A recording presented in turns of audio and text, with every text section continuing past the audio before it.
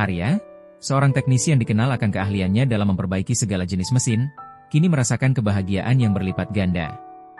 Tidak hanya bengkelnya, Teknik Jaya Abadi, yang semakin maju pesat, tetapi juga kehidupannya bersama sang istri. Dulu, bengkel Arya hanyalah usaha kecil yang dibangun dari nol. Dengan kegigihan dan dedikasinya, serta kemampuannya yang mumpuni dalam menganalisis dan memecahkan masalah teknis, Teknik Jaya Abadi mulai dikenal luas. Pelanggannya tak hanya datang dari Cilegon, tempat bengkelnya berdiri, tetapi juga dari kota-kota tetangga yang ada di Banten. Reputasi Arya sebagai teknisi handal tak perlu diragukan lagi. Ia selalu memastikan setiap perbaikan dilakukan dengan teliti dan berkualitas, membuat pelanggannya merasa puas dan percaya. Namun, di tengah kesibukan bengkel yang terus meningkat, Arya dan Lina selalu mendambakan kehadiran seorang anak. Doa dan penantian panjang mereka akhirnya terjawab. Dengan kehadiran buah hati seorang bayi perempuan yang cantik dan sehat, yang mereka beri nama Raihana. Kehadiran sang buah hati memberikan semangat baru bagi Arya dan Lina, mengisi rumah mereka dengan tawa dan kehangatan. Sejak saat itu, Arya bekerja dengan motivasi yang lebih besar. Ia tahu bahwa ia tidak hanya bertanggung jawab untuk Lina, tetapi juga untuk masa depan putri kecil mereka. Di sisi lain, Lina, yang kini fokus mengurus buah hati di sela-sela aktivitasnya sebagai seorang pendidik, tetap memberikan dukungan penuh untuk Arya dan bengkelnya. Ia sering membantu mengurus administrasi dan memastikan segala kebutuhan Arya terpenuhi. Teknik Jaya Abadi terus berkembang. Arya berhasil merekrut beberapa teknisi muda yang ia latih sendiri, memastikan standar kualitasnya tetap terjaga. Mereka kini melayani perbaikan mobil, motor, hingga alat berat, dengan fasilitas yang semakin lengkap.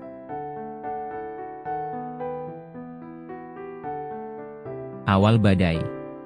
Pada awal tahun 2020, berita tentang virus baru mulai menyebar, namun dampaknya belum terasa di bengkel Arya. Seorang mekanik dengan reputasi luar biasa.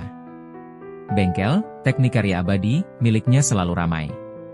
Lina, istrinya, tidak hanya seorang pendidik mengurus rumah dan anak, tetapi juga cekatan membantu Arya mengelola administrasi bengkel dan sesekali menyambut pelanggan.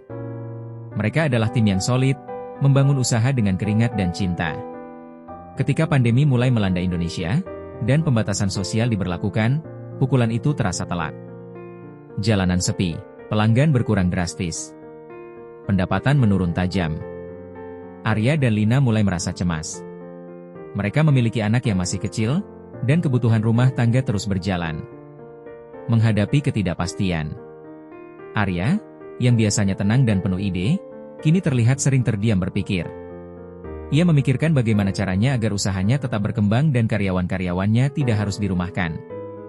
Lina, dengan sifatnya yang lebih praktis, mulai mencari cara untuk berhemat. Belanja kebutuhan pokok menjadi lebih cermat, dan pengeluaran yang tidak perlu dipangkas. Bagaimana kalau kita coba tawarkan layanan jemput bola, Abang? Usul Lina suatu malam. Banyak orang mungkin takut keluar rumah, tapi mobil mereka tetap butuh perawatan. Arya termenung. Ide itu bagus, tetapi bagaimana dengan risiko penularan? Mereka juga harus memikirkan keselamatan diri dan karyawan.